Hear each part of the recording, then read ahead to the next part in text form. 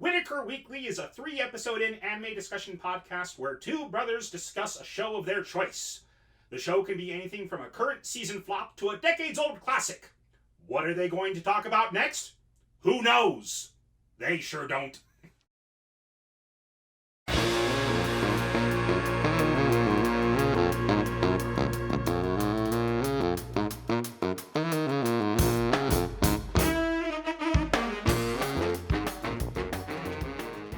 I'm Andrew. I'm Lee. And this is Wicker Weekly. Let's go ahead and get right into it.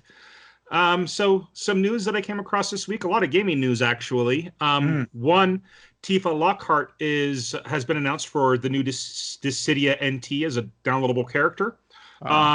Dissidia is the Final Fantasy fighting game with really, really over-the-top battles where they're flying through the air and doing crazy combos and stuff like that. I had it for the PSP and it was a whole lot of fun. I was really excited about the PS4 version, but they made it a 3v3 fighter instead of a 1v1, and I played the free version of it that they released recently, and it's not my cup of tea. I'm hoping that the next Dissidia game is going to be 1v1 again, just because I really don't care for 3v3. It's just a bit too chaotic for my personal tastes. But anyways, they announced Tifa for that game, which is great because she's a wonderful character. Next up, One Punch Man is also getting a fighting game. And One Punch Man, unfortunately, it's also a 3v3 fighting game. So, but the trailer for it was pretty great. The, Saitama, in all the combat that I saw him in, he didn't react to a single punch thrown at him or a single attack. Like they landed on him, but he didn't flinch and he didn't react like the normal way that you would in a fighting game.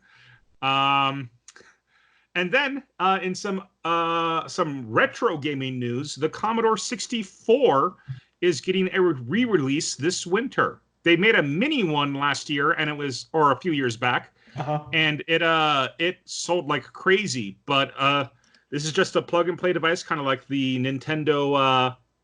Like the Nintendo Mini and the SNES Mini, or the classic consoles.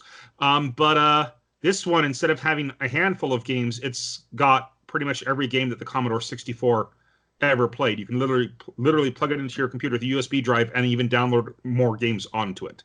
It's designed for specifically that. Yeah, I mean, I don't know if I'm going to get it, but people who are into older games than I'm into may enjoy that quite a bit. Cool. Okay, and then the last bit of news I kind of wanted to cover. There's a Fist of the North Star mobile game that's launching soon, and it's actually also coming to the States. Wow. Yeah, kind of surprising. Then again, I guess Fist of the North Star, I don't know if it's been gaining popularity, but There's been more and more things about Fist of the North Star coming out.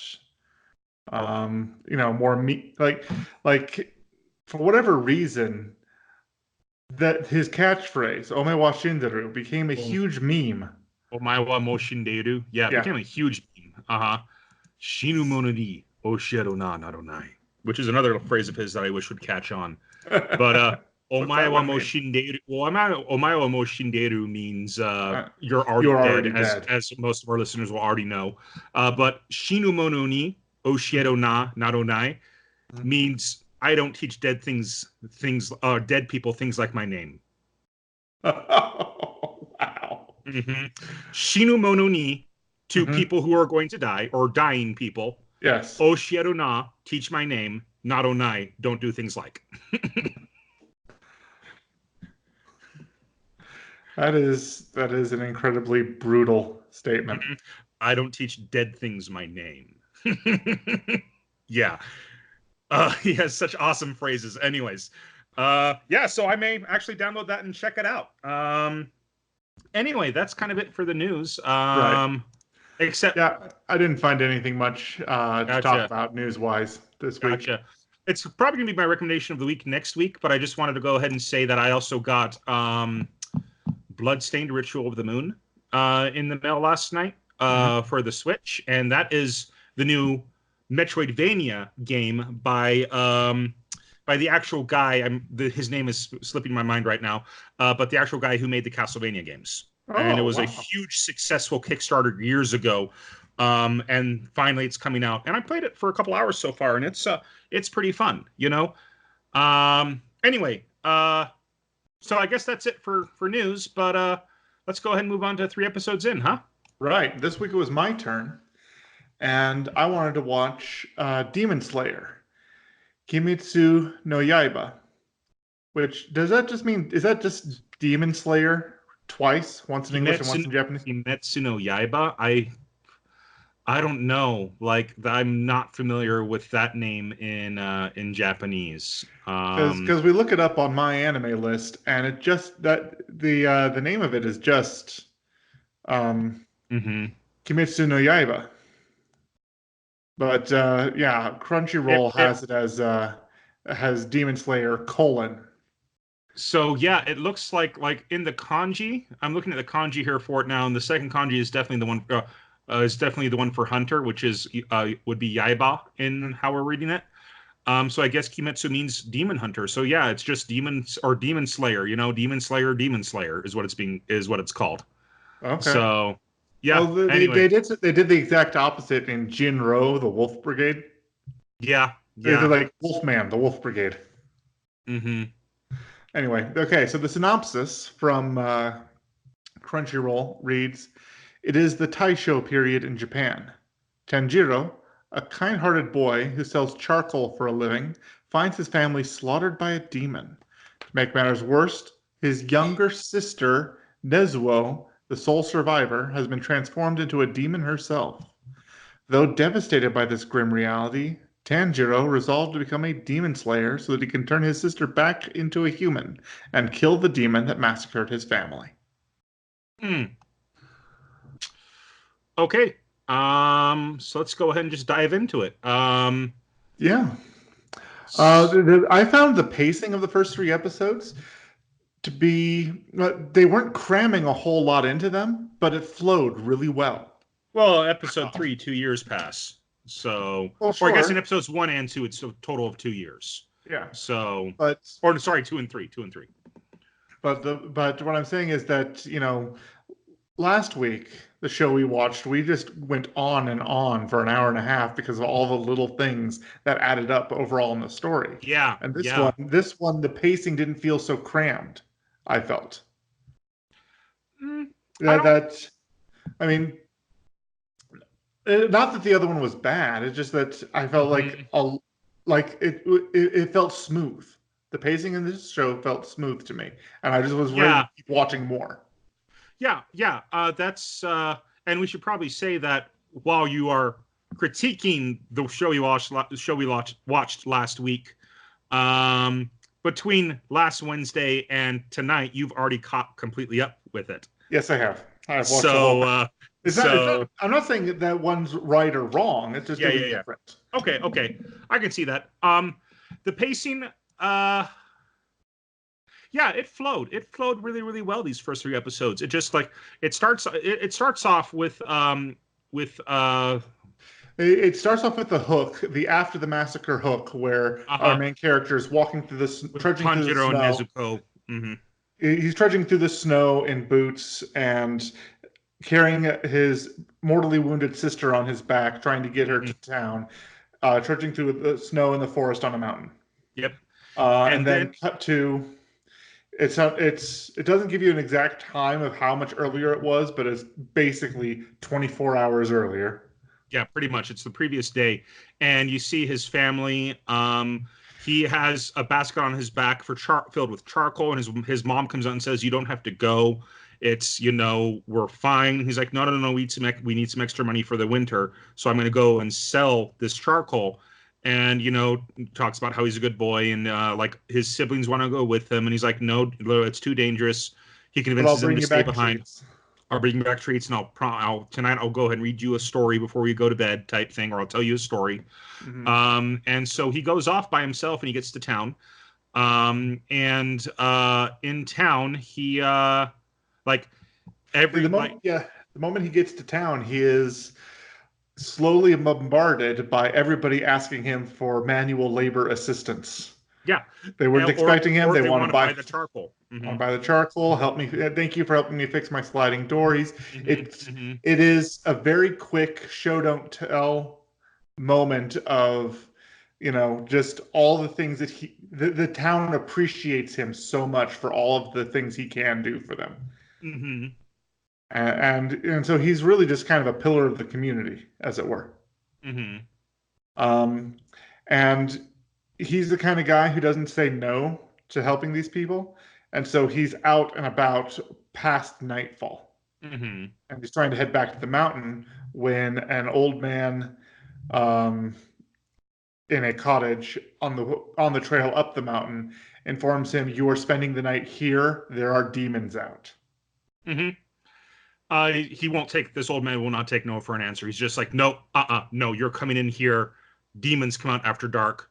You're staying here for the night. It's too dangerous for you to travel alone. He's like, well, it's a good thing we're in. Like he goes in, he eats a meal, and he thanks the old man, and just says, thanks for the meal. I'm glad we're indoors because that means we're safe from demons, right? And the old man's like, no, if they want to get in, they'll get in, but it's safer to be inside than outside.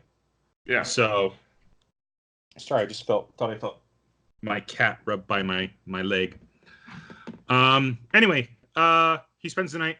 Next morning Yes. he goes and he comes home, and it's already been established that he has a very good sense of smell. A very good sense of smell. Like in the town, one of the things that someone asks him for help with, he's like, hey, I'm being He's blamed being for. beaten bloody. Yeah, This this guy guy's being comes out, bloody nose, bruised face, and he's holding a rag that has a broken plate on it. He's saying, "I'm being blamed for breaking this. I didn't do it. Please, can you prove to her, the woman who's blaming him, either his mother, his wife, or something?"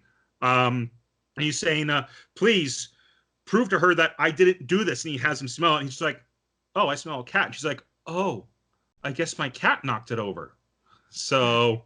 and the guy's just glaring like, now you believe him, but you wouldn't believe me. Mm-hmm, It's a funny mm-hmm, little shot. Um, yes, they establish that he has an amazing sense of smell, and that becomes a major plot point through the rest of the mm-hmm. first three Yeah. episodes. His sense of Um, smell saves his life quite a bit. and that's Um, when as he's coming home, he smells blood and starts hurrying home and finds that his family has basically been massacred. mhm, And the only person who still has some body heat left in them is his sister, Nezuko. mhm, So he picks her up and then it loops back to what the hook was, and he picks her up and tries taking her back to the village. And on his way there, she starts to wake up and grows fangs and tries to attack him. mhm, They fall down a cliffside. He slips because of the snow, but is also saved by an impact from the snow. mhm. And she tries to And start feasting on him. he gets up and sees her. He's like, "Put your coat back on, please. You don't have to worry about walking. You're still hurt. I'll carry you to the village." Not really realizing that she's the one who forced them to fall over. And like she immediately jumps for him and starts attacking him. Yeah, And she's about to bite him. she's on top. She pins him to the ground. She's on top of him. She's trying to bite him. He's using the handle of his hatchet to hold her mouth at bay. Yeah. She then proceeds to double in size as she's trying to get to him. Mm-hmm. And then at this whole time, he's trying to figure out the best course of action is in this Mm-hmm. situation. He can't hurt her. He doesn't want to die. She's all he has left, and he starts, pleading. There's got to be some of my sister left in there somewhere. Please, you've got to fight this. Come back to Mm-hmm. me. And she, in that moment, starts to regain a bit of her humanity and cries, And starts crying. Mm-hmm. realizing what she was about to do or that what she had become. And Mm-hmm. um, at that moment, a demon hunter who had been tracking a demon and was half a day too late to save his family comes out of nowhere to cut her head off. Mm-hmm. And what And happens? it's pretty cool what happens. It's he like you see it from Tanjiro's point of view, and he sees over his sister's shoulder this guy coming at them with his sword drawn, and he sees that he's aiming straight for Nezuko, and he just kind of pushes her. It's hard to describe. It's just so fluid, just so in motion, and he just pushes her to the side just as the sword's about to kill her, and it misses her. And then he Not gets only up does and it miss stands between her, her not only and the does it miss swordsman. her, it cuts off his ponytail. Yeah, it misses her. That's right. It misses her, and it cuts off his ponytail. So he rolls with it. So he would have taken the hit for her Mm-hmm. if the guy hadn't pulled back at just the right moment as well, or something. Mm-hmm. Mm-hmm. And so, and yeah, and then he's standing between her and the villain. The demon hunter wants to kill. Yeah, the demon hunter is trying to kill her, and um, eventually he gets her. Mm-hmm. He has her in an arm lock and Yeah, with his katana ready to slay her as he's running. he's lecturing the boy on, you know, I've seen this 1,000 times where somebody's family member becomes a demon and they think this one will be the one that'll be fine, but it never fails. It always happens. The Mm-hmm. demon hunger is going to take over, and she'll eventually eat. Yeah. She will eat you. It's going Mm-hmm. to happen. Now there's something I feel like we should talk about real fast when how the swordsman gets her. It's just kind of this really really cool thing where he's uh, he's threatening Tanjiro type thing, and he said, "I'm going to kill her. She is a demon, and I'm going to stop her from killing you," type thing. And he's and Tanjiro decides that he's going to protect her the only way he knows how, and he dives down to try to cover her body to try to prevent him from killing her. Yeah. But then he hits the snow, and there's nothing there. And he gets up and he sees that the demon hunter has her, and he's got her both arms behind her back, holding her with just one hand. With one hand, yes. Yeah, he's holding like both of her wrists behind her back, and he's got just his hand over them, and it's just showing how much stronger he is than Tanjiro, because Tanjiro was doing absolutely everything he could to try to keep her off him, and he was losing. Yes. Yeah, no, I just thought that was so cool. Anyways, now the fight continues. And my favorite part of that fight, though, is Tanjiro throws a stone at the demon slayer, distracts him, runs, grabs another stone in his hatchet, throws another stone at him, runs around a few trees, comes at him with his hand behind his back, ready to swing his hatchet. When the basically, what does he do? He is it over his back or no? Anyway, the samurai guy, the demon hunter. Giyu is his name. Okay. Knocks him out with the pommel of his katana. I don't remember whether he hits him on his back or in his I think it's the solar back. plexus. Or, either way.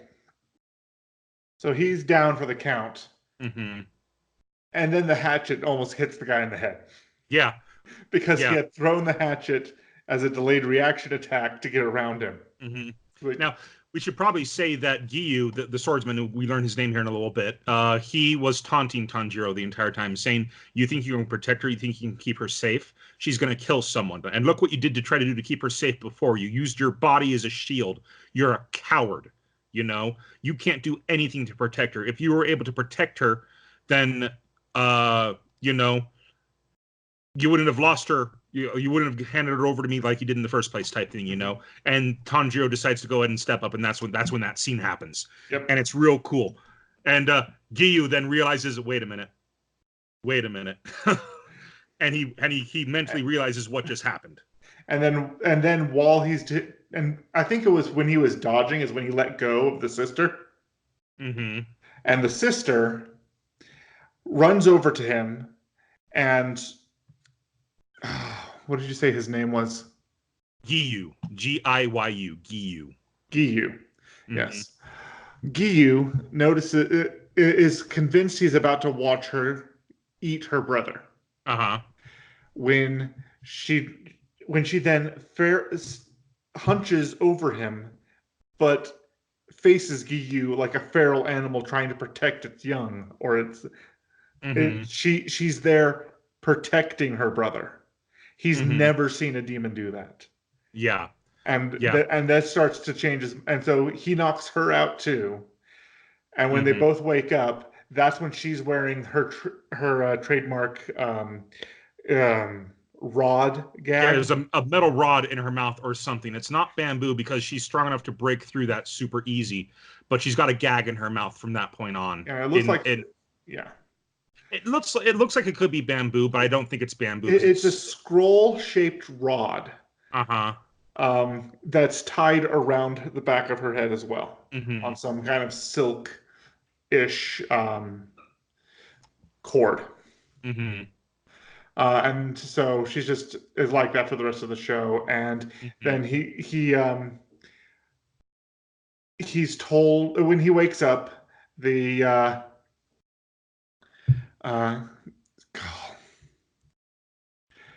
Giyu, yeah. When he wakes up, Giyu tells him that to go to the base of such and such a mountain, and there's where he's going to meet Sakonji. Yes, Sakonji. Sakonji Urokodaki, who will train him. Yeah, but we should point out what Giyu. One of the reasons he decides that Tanjiro needs to be trained is his realization of what actually happened there with the hatchet. Yeah. Where he's got something. Rock. Yeah.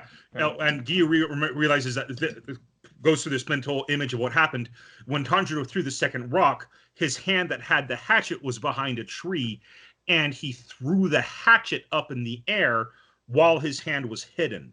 He then rushed Giyu with his hands behind him to make Giyu think that he had the hatchet still. And he thought of all this just on the fly.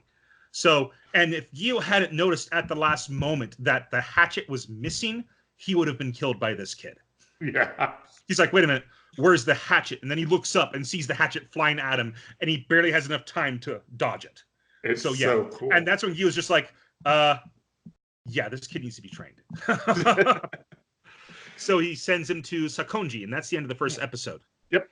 And yeah, this show moves super fast. So yep. And then in this anime also follows the tradition of not showing the opening until the end of the first episode. Now, second episode starts with our main character talking to a rice farmer, asking to buy his bamboo basket off of him with some extra bamboo and leaves to help repair it. And the guy says, just take it. It's a basket full of holes. Just take it. And our main character is so insistent that he pay him that he injures the guy's hand. He's like, no, I'm paying you. Like, he grabs the guy's hand, puts coins in it, and walks off with the basket. And the guy in the background is going, ha, ha. Throwing these pennies in the air with this because he can't hold on. His hand hurts too much. And then what we find out what he does with the basket is he knows that demons can't handle sunlight. Or he's told demons can't handle sunlight. And so he's weaving a basket for his sister that she can travel in while he's for her own safety. And so he weaves the basket and then he goes looking for her. And he finds her. She's not in the cave that he left her in, and then suddenly she is. She's burrowed a hole into the ground, and her just her eyes of her head are popped up out of the ground. It's like my sister has turned into a mole. And he then realizes just how afraid she is of sunlight when she does that. And we see later on why she's afraid of sunlight. But yeah, it was Giyu told him that she's okay for now because of the clouded over sky you have here in the snow. But where you're going, there's not going to be any snow, and it's going to be clear. So you're going to have to travel at night. And he's like, well, I don't want to just travel at night, so let's go ahead and do this. And so he comes up with a compromise. Which is it's this pretty basket. it's this pretty cute scene where he's just like, "Here's this basket I fixed, and it should be enough to protect you from the sun. Like, you go ahead and be in this basket, and I'll just carry you during the day, and then we can walk at night." And she's just like staring at him, and he's just like saying over and over and over again, like, "Basket, basket, you can ride in the basket, right?" And she's just like, and she gets up and she climbs up and she climbs out and she goes into the basket and her legs are sticking out of it, and she's like, she's way too big to fit into it. And he's just like, Yes. oh, The basket goes she's from grown so much, hasn't torso-sized she? basket. Yeah. Uh-huh. In It's a the blink of an eye, torso-sized she's basket, so it goes from the small of his back to his shoulder. mhm. Which is fine for a small child to ride in, Yeah. but she's not a small child anymore. She's 14. Yeah. So she can't fit in it. But then he's like, wait a minute, you grew when you were attacking me. Can you shrink? And she's like, huh. And then she just shrinks and fits into the basket. And so they're good. And then Yeah. he's walking with And a, he pets her head like, yeah, girl, you shrink. and she's happy and she's proud about it. You can see her kind of grinning, like, type thing. But anyway, she and him, like, he then, when she's in the basket, he puts a blanket over it to go ahead and protect it even more from sunlight. And they start traveling towards this mountain that he was told to go to. He's warned by some people that he needs to stay off, that he needs to, be careful because some people have gone missing recently. He's like, it's okay, I'll be fine. And as he's walking to the mountain, he smells blood. Yes. His height sense so he just. walks all day long, and then night falls, and so she gets out of the basket, and they're walking together, side by side. And that's when he smells blood. And they're approaching what appears to be a shrine or temple of some kind, and that's when he smells blood. Yeah. Well, yeah, he smells the blood, and then he rushes up and he sees that it's in a temple. Yeah, And then he rushes up the stairs across the courtyard, opens the door, shouts, "Is everybody okay?" and as soon as he opens the door, he sees the demon. And this demon is eating dead bodies, dead humans. And he and his sister are just kind of staring there, and you see his sister, her mouth is like water is coming from her mouth. It's not from her eyes. Yeah, she's drooling. She's absolutely drooling. She's uncontrollably salivating and dripping at the sight of human gore. Mm-hmm. Yeah. And the demon tackles the demon first says that this is my territory, get out of here. Mm-hmm. And then he realizes, oh, it's two human children, I thought one of you was a demon. And he tackles the boy. He tackles Tanjiro, or he tries to at first, but Tanjiro flips back and cuts his neck with his hatchet. Yes. Which is a pretty cool move on Tanjiro's part. But then the demon regenerates it instantly. He's just like, this is nothing to me. And he goes after the boy, and as he's about to kill him, because he's increased his speed and his strength and stuff like that, what happens is he's about to kill him. Just as he's about to kill him, suddenly, out of nowhere, the sister comes by and kicks the demon's head off the demon's shoulders, and it goes flying into a tree. And it's not even a flying kick. It's not like a martial arts kick or anything. It's like a child kicking somebody. And she had the strength. It's like, and she just had the strength to kick his head off. And so our hero is sitting there and doesn't kill it. Yeah. So he's sitting there horrified at this decapitated body, horrified that his sister just killed somebody outright like this. And then the sister kicks the body right after it was about to get him again. Yep. And then he realizes that the body is, and the demon is still very much alive, that beheading it didn't kill it. Nope. And the demon starts taunting him, saying, like, you think something like that's going to stop a demon? Haha, type thing. And so the body starts fighting Nezuko. And the head grows another pair of arms out of its neck. Yes. And starts attacking Tanjiro. So it attacks Tanjiro. It jumps up. He's trying to help his sister and he's going to try to hack away at the body with a hatchet when the head hops up to stop him. The head hops up to attack him, and he barely at the last second defends himself and ends up with the hatchet being held tight by the demon's teeth. And then the demon grows its arms and it uses its hair to tie itself to the hatchet so he won't let go. And there's a struggle. There's some fighting happening there, and eventually he just throws the hatchet into a tree, and it pins the demon head to the like. Yeah. Oh, I was trying to grab onto it, but now my hair's all tangled. How do I get out of Like, this? I can't get down. And he uses his scent to follow the demon through the forest, and he comes across the demon. The demon has Nezuko pinned to the ground, and it's just beating on her. Yeah. And he comes and he just rushes and he tackles the demon And doesn't think it and through. doesn't think it through because there's a cliff right next to them. And so he tackles the demon off the cliff. And then we Which have the suddenly commercial reminded break. me of the that scene from Batman Begins, where he's told you never learn to mind your surroundings.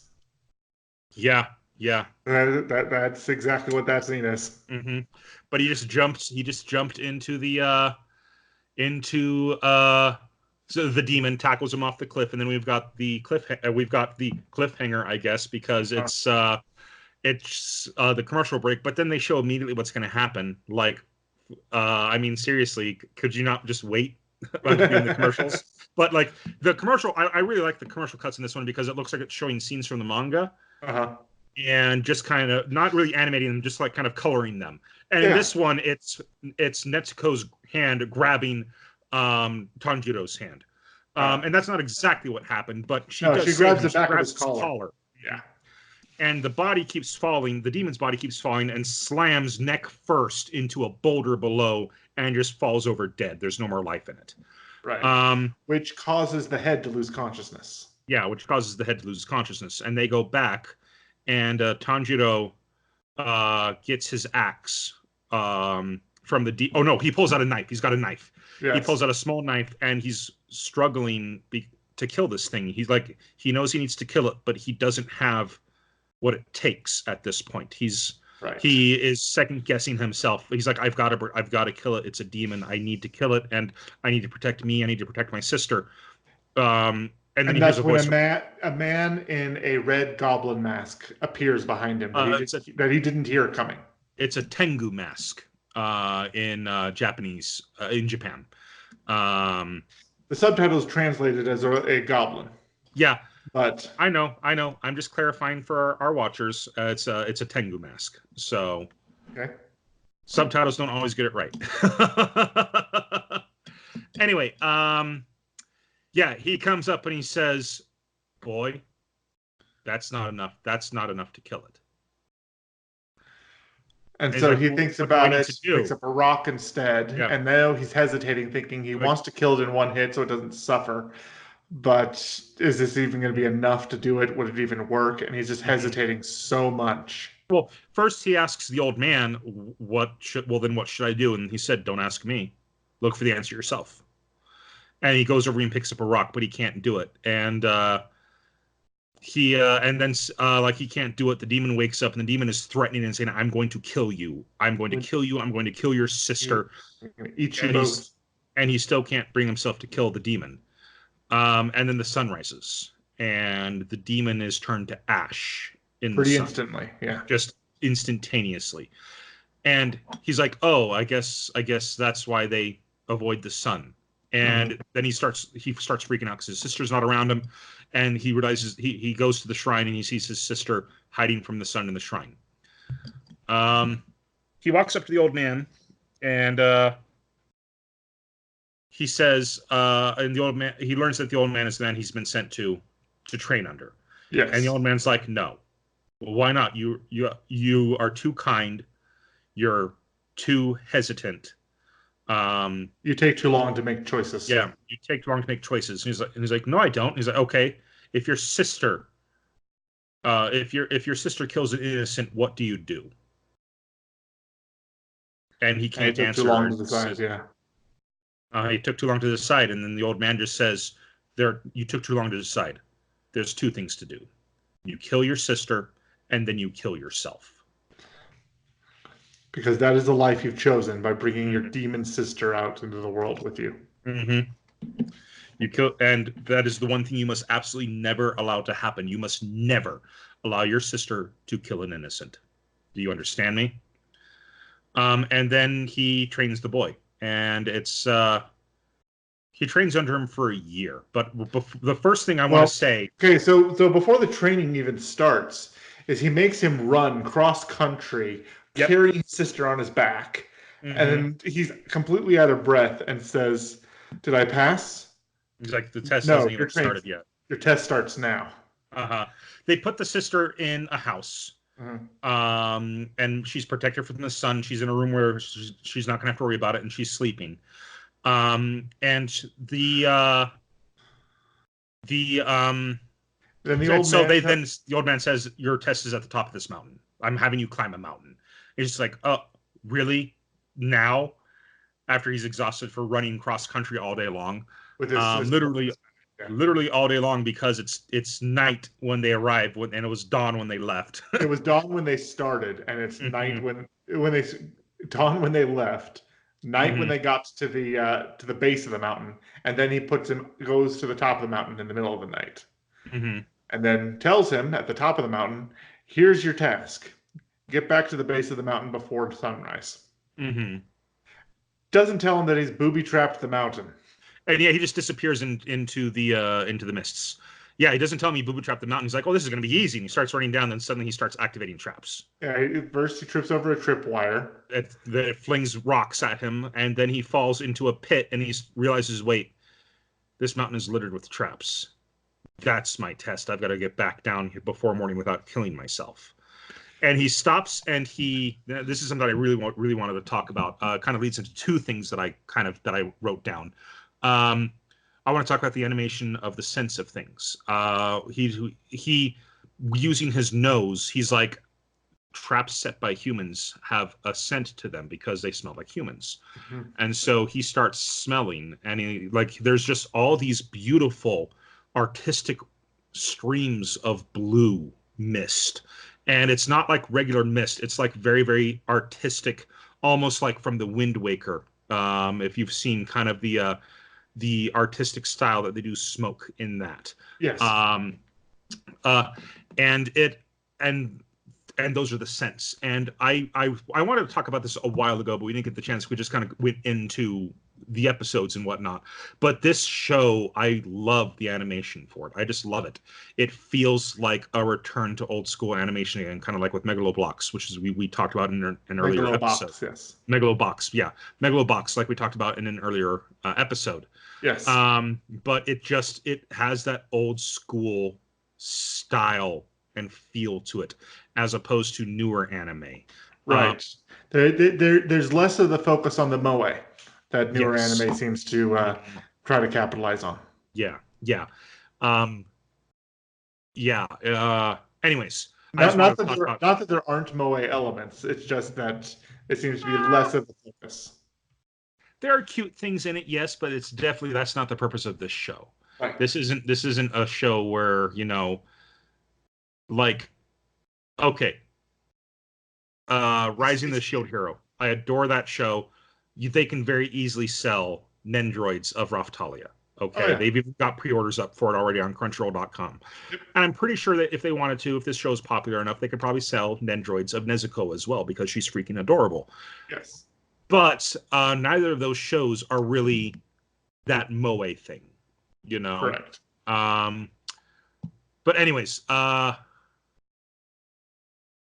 it's really hard to put into words. It's really hard to put into words. But It's a distinctly Japanese concept, and Mm-hmm. so it's very difficult to explain moe in English.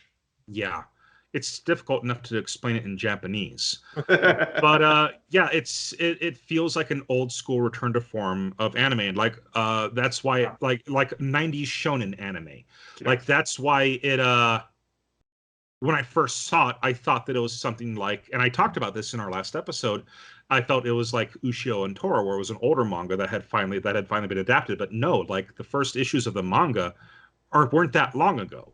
So yeah, I mean, Okay. it wasn't that long ago when this first started. Right.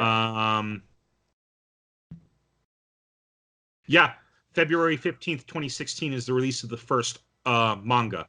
Issue 11 in 2016 for Weekly Shonen Jump. So that's 3 years ago. That's not long for nope. a manga to anime arc at all. Mm-hmm. Okay, so as he's coming down the mountain, like we were saying, Some of the traps started resembling the swinging logs from Empire Strikes Back. Oh, sorry, Return of the Jedi. My mistake. Um, as he's just, and then some of the traps seem to be um, tightly wound bamboo shoots that want to be standing up straight, and so they start flinging him into the sky. Well, he And also it just notices that like just because I'm getting better at detecting these traps doesn't mean I'm physically capable of dodging them. well, I think if I recall correctly, he also points out that some of them don't have that smell. That some of them don't smell like they're set up by humans. And I don't remember that. I want to talk about that after we get to the end of episode 3. My kind of theory about that. But I could have just misread something when I was reading when I was focusing on something else. But I'm pretty sure he pointed out that some of them don't have that same smell. Traps set by humans have a distinct smell, is something he said. And so he's being able to smell the traps better and better, but just because he can smell them and knows that they're coming doesn't mean he's physically capable of dodging them as they're coming. But eventually he makes it down to the bottom of the mountain before sunrise in the early hours of the morning, beaten and bloodied, and passes out at the old man's front door. And the old man's like, okay, I'll train you. And that's the end of the training montage. Was that the end of the second episode already? I guess it was. So. Yeah, that was the end of episode 2 because this is the first time they show because they end up episode 3 is all about training him. Yeah, and the first half of episode 3 is where he's teaching him everything he knows. For episode at the end of episode 2 is the first time we also see their next time, which is stills from the manga, and then they pop out and start talking about what's going to happen next. And Nezuko can't really talk, so she just kind of murmurs, yeah, and Tanjiro is talking about, do you guys want to know what the age is for Sakonji? His age is, and then Sakonji says, Tanjiro, what do you want for dinner? This or this? Too slow. You can't make decisions quickly. I'll have this. Yes. He interrupts the age discussion thinking that he's been caught. Yeah. That's adorable. The other thing, and the same thing, something nearly identical happens at the end of episode 3, where he talks about, the reason he wears the mask is because underneath it, he's too cute to be taken seriously. Yeah, that's the end of episode 3. Pretty great, not gonna lie. Yeah. So episode 3, the first half of episode 3 is training him on how to do certain things. And so he starts off going down the mountain. Apparently he's going down the mountain every day, trying to dodge these traps and getting better and better and better at it. And once he gets to a certain level, that's when his teacher starts training him about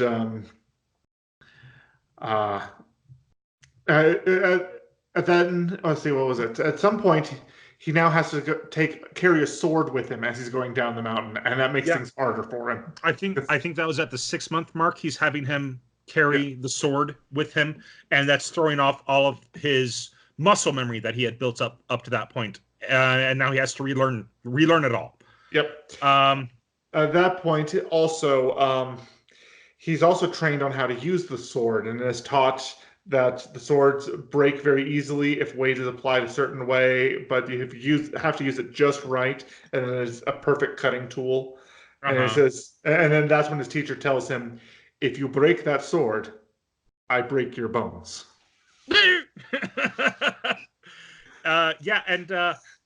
It's just this long. It's just this montage, but every time he comes home, his sister is sleeping, and they didn't really reveal this in episode 2, but apparently she's in a coma of sorts.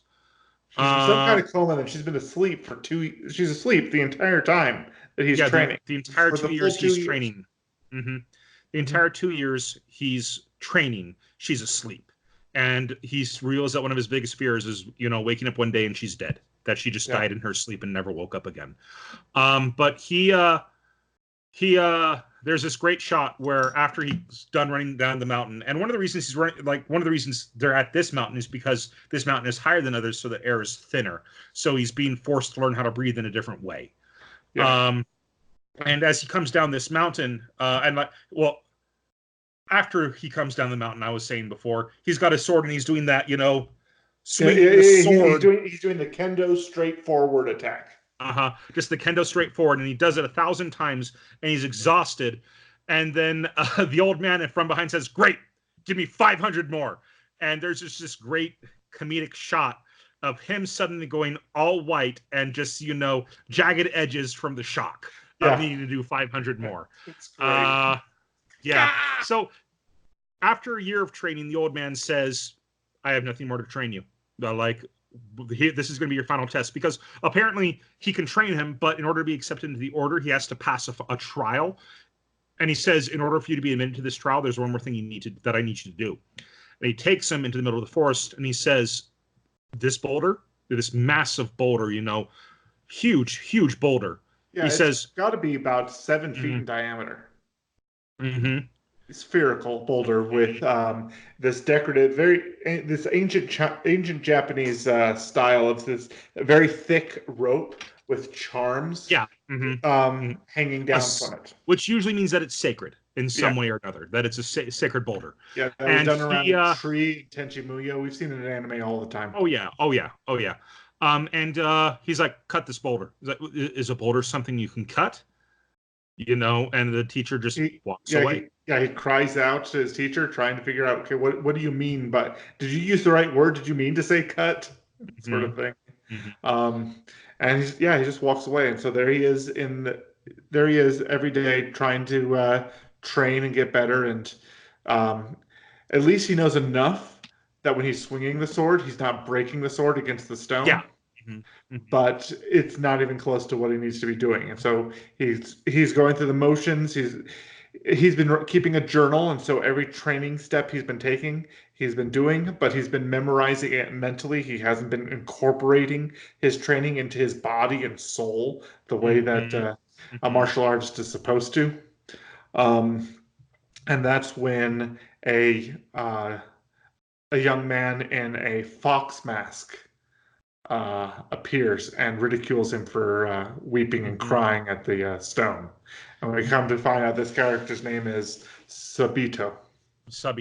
And he's wearing a fox mask, and he's got a scar along the mask. Yes. And he starts, they get into this fight, and Sabito just brutalizes him. Sabito's has a boken, a wooden katana that he's just thrashing him with. Yeah, well, and Sabito says, "Fight me," and Tanjiro's just like, "I have a real sword and you have a wooden one. I don't want to hurt you." And he's like, "You can't hurt me because you can't touch me," type thing, You're just adorable. You think you can hurt me? Exactly.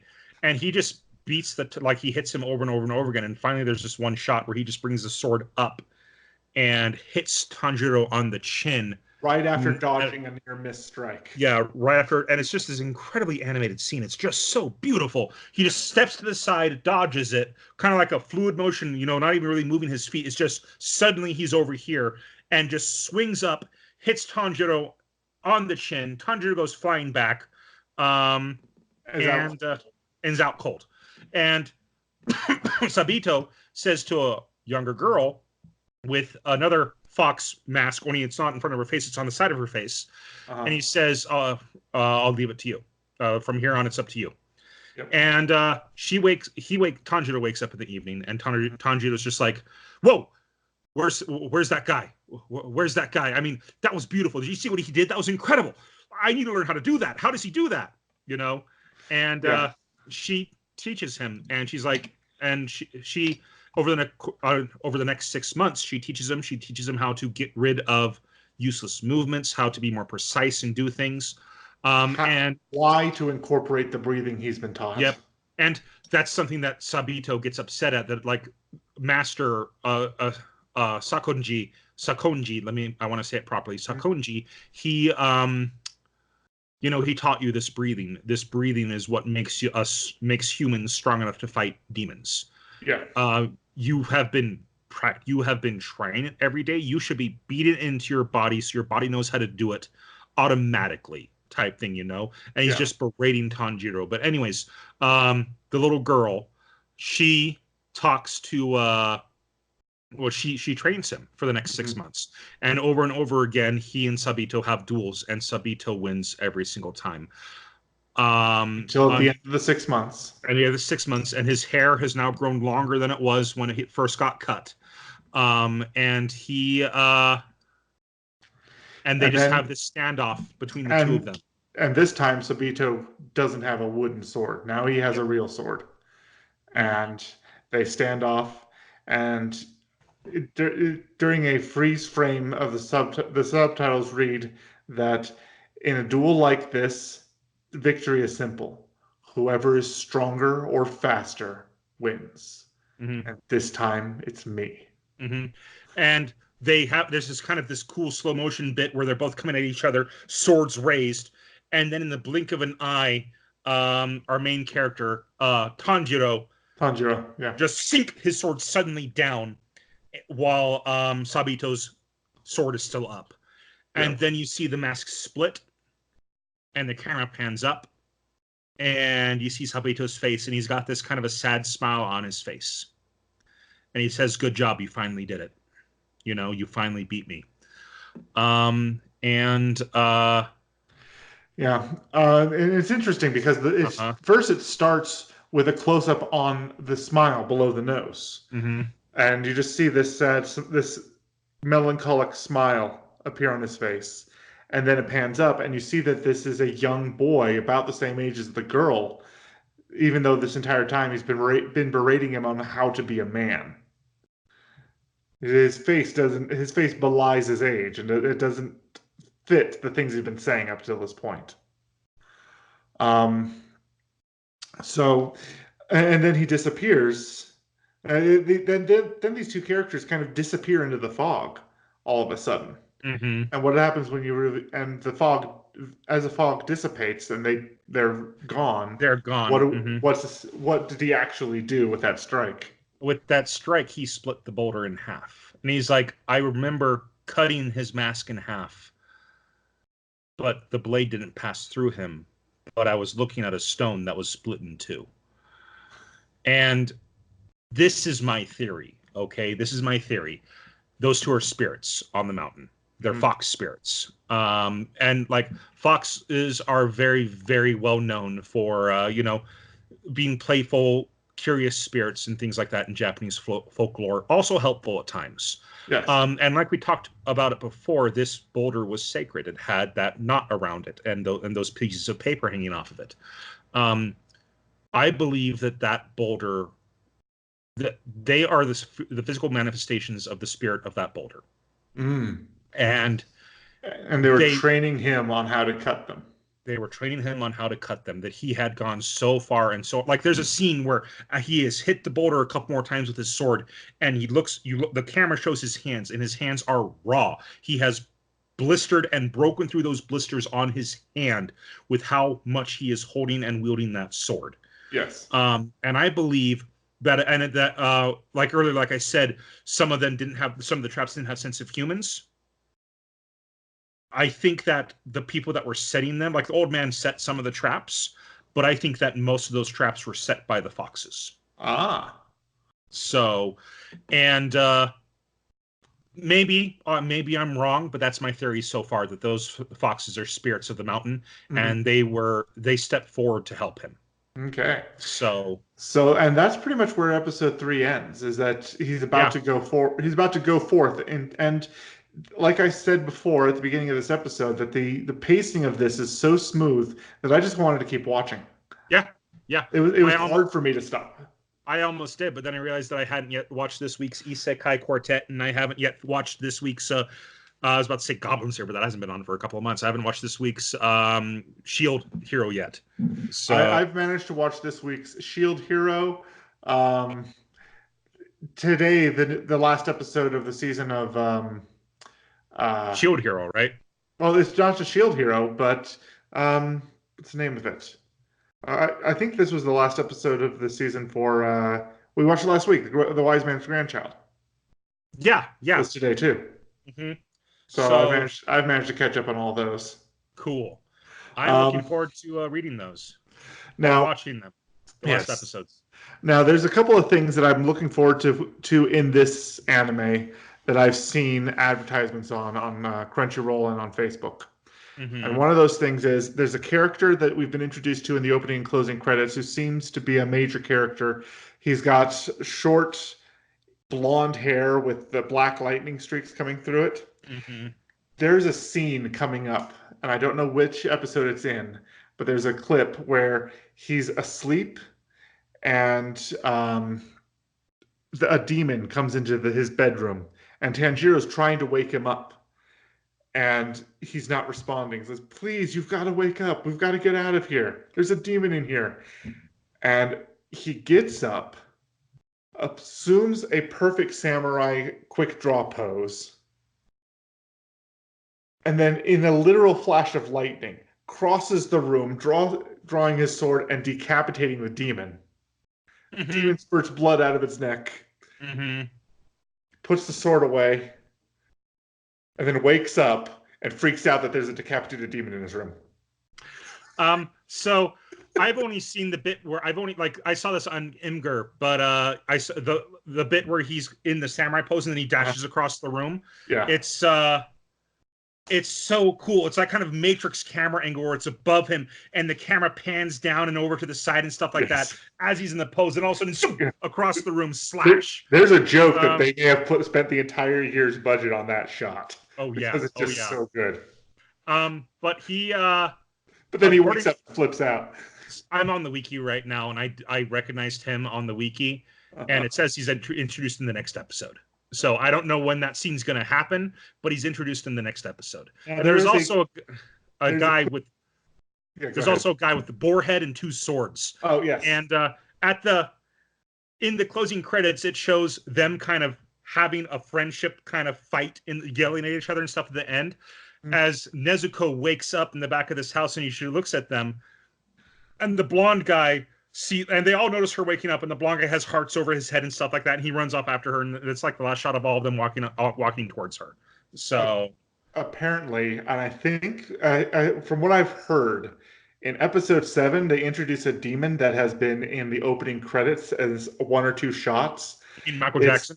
Yes, Michael Jackson. The guy is wearing a white fedora. He looks like Michael Jackson as Smooth Criminal. His name is Michael Jackson, and he says hee hee from time to time. Yeah. So it's so we're looking forward. So these are some things we're looking forward to. I will definitely be watching the rest of this series. I don't know if he actually says he, but he looks like Michael Jackson, like, pale white face, black curly hair. He's got the white fedora and everything. Yep. But yeah, I know there are memes that are labeling him Michael Jackson at least. Anyways, yeah, I'm super looking forward to more of this. I loved this show. Like I said, it's like a throwback to old school 90s anime, the stuff that we loved growing up and stuff like that. So yep. I can't wait to watch more of this. If I didn't have other shows to watch and, dinner to eat, I would definitely be watching more of this right now. But it's the end of the season for a couple of these shows, and I want to see them through till the end. All right. So that's it for this week's 3 episodes in. Next week is my pick, and I'm excited that we're going in with our first. I'm excited to announce that we're going with our first theme month, and I'm excited that I get to use this theme month as an excuse to finally get you to watch something. All right. Now, what is the theme we decided on for the month of July? The theme for the month of July is going to be Americans in anime. The weirder, the better. Okay. And because of that, I decided we're going to go ahead and watch JoJo's Bizarre Adventure Stardust Crusaders. Now, this is season 2, but technically series 3 of JoJo's Bizarre Adventure, because season 1 was the first two series of it. It was Jonathan Joestar, and then the second part, the first 9 episodes were about him, and then the next 10, 12 episodes were Jonathan Joestar. Well, the reason we're going to be his grandson, and then the reason we're going to be watching part 3 is because even though he's technically English, he has his American citizenship in series 3. and he is one of my favorite American characters in anime ever. Uh, he just says the weirdest curse words all the time in a very thick Japanese accent, and he's just such a great character. So we're skipping the first two parts. Mostly because it's theme month America, and he's technically American in part 3. Sure. And this is JoJo's Bizarre Adventure Stardust Crusaders. We're going to be watching it from Crunchyroll, but Crunchyroll only has the synopsis for part 1. So I got this synopsis from Wikipedia. Okay. Set in 1987, the series follows Jotaro Kujo and his comrades who have developed mysterious powers known as strands. Jotaro, his grandfather, Joseph Joestar, and their allies travel to Egypt in search of the evil and immortal vampire Dio Brando, now known solely as Dio. It was me, Dio! To save Jotaro's mother, Holly, whose stand has awakened and threatens to consume her in 50 days. Meanwhile, Dio has commissioned a number of assassins with various deadly types of stands to destroy them before they can reach him.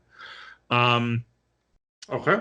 This is where the series kind of takes a huge turn, okay? And we can go ahead and talk about it more next week. But this is when, before this point, there was like an overall story arc, and that's the way it is still here. There is an overarching story, but at this point, it becomes kind of a monster of the week, and it usually takes them 2 episodes to defeat the monster. Okay. But it's awesome. It's just super over the top and crazy. The opening credits are always just so much fun. I'd recommend watching Mother's Basement's looks into deconstructions of the opening credits, but wait until we've watched some of it because he really goes into it and gives spoilers for things that happen. Okay. Yeah, Mother's Basement just released a deconstruction of the Evangelion opening. Yeah, pretty recently. Doug told me about they're pretty thorough. All right, so looking forward to that next week. Yep. All right, that brings us to our next segment, which is recommendation of the week. This week it's my turn. It's your pick. And I was browsing around YouTube earlier today and found this video was released last week. Man at Arms recently created Alucard's sword from the Castlevania Netflix series. It was so cool. So my recommendation of the week is go out and watch the Man at Arms videos as they're making real versions of swords from video games and anime and just all kinds of fantastic media. I'm super happy that they're back. They actually haven't made a new video since I think November of last year. And the reason behind that is because apparently the company, and they made their own channel and started doing their own things, but they didn't do any more Man at Arms things. They did their best to kind of keep it going. But the company apparently that owned that channel was going bankrupt at the time. So they weren't able to make any new content. But now things have been sorted out, and they're back. They're making new episodes of Man at Arms, and I adore that series. It's one of my favorite shows on YouTube. By the way, did you see the test episode, the test video for the Marble Machine X today? I did, playing the drums. Yeah, last week it was just one drum, and it just the proof of concept that the marbles are going to go around and around. Second one, which was today's episode, was an additional proof of concept where he just has all the different drum types and he's just playing them around. He's got the 2 drums and the 2 cymbals set up and stuff. Yeah.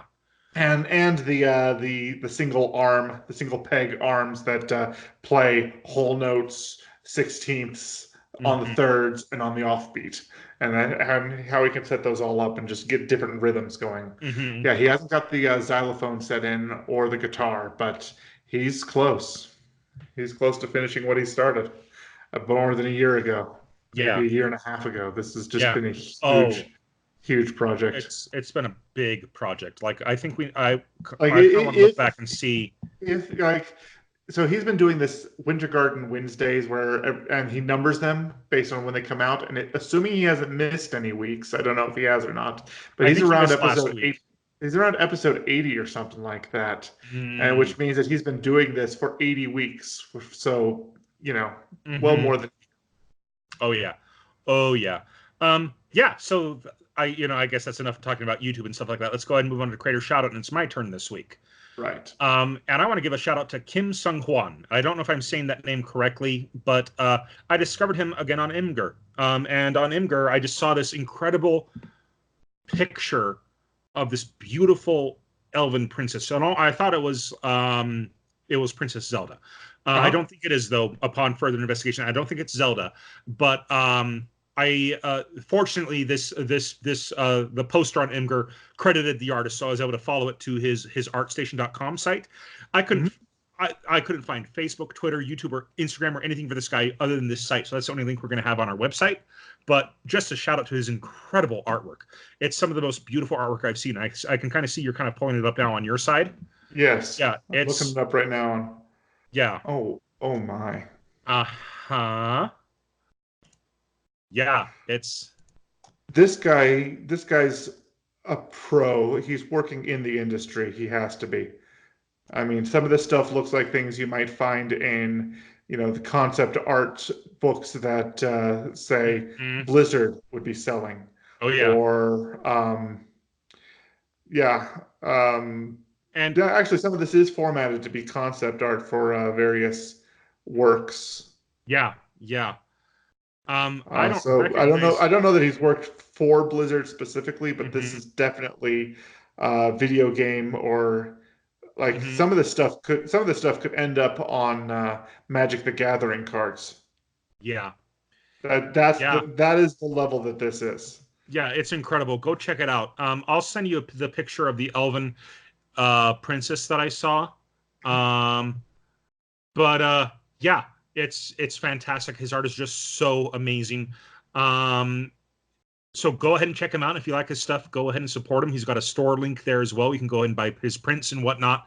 Um, yeah. Oh, it looks like some of his stuff was in Lineage actually. So yeah, he's definitely working in the industry. But Yeah. anyways, yeah, that's it for creator shout out, and I guess that's it for this week. Thanks so much for watching us or listening in, however you're listening to us. If you listened to it on YouTube, please feel free to like this episode, subscribe to our channel, and make sure you ring the notification bell if you want to go ahead and get notifications about new posts. If you like what we do and want to support us, please share our channel with your friends. Where can they find us on social media? Our site, whitakerweekly.com, currently has the links to our Facebook page, Twitter account, and YouTube channel. We encourage all our listeners to follow us on the social media platform of their preference, and if there's one we're not on yet, please reach out to us on one of the ones we've mentioned, and we'll broaden our scope to include you. All right. Well, thanks so much for watching, you guys. I've been Andrew. I've been Lee. And this has been Whitaker Weekly. You guys have a great week.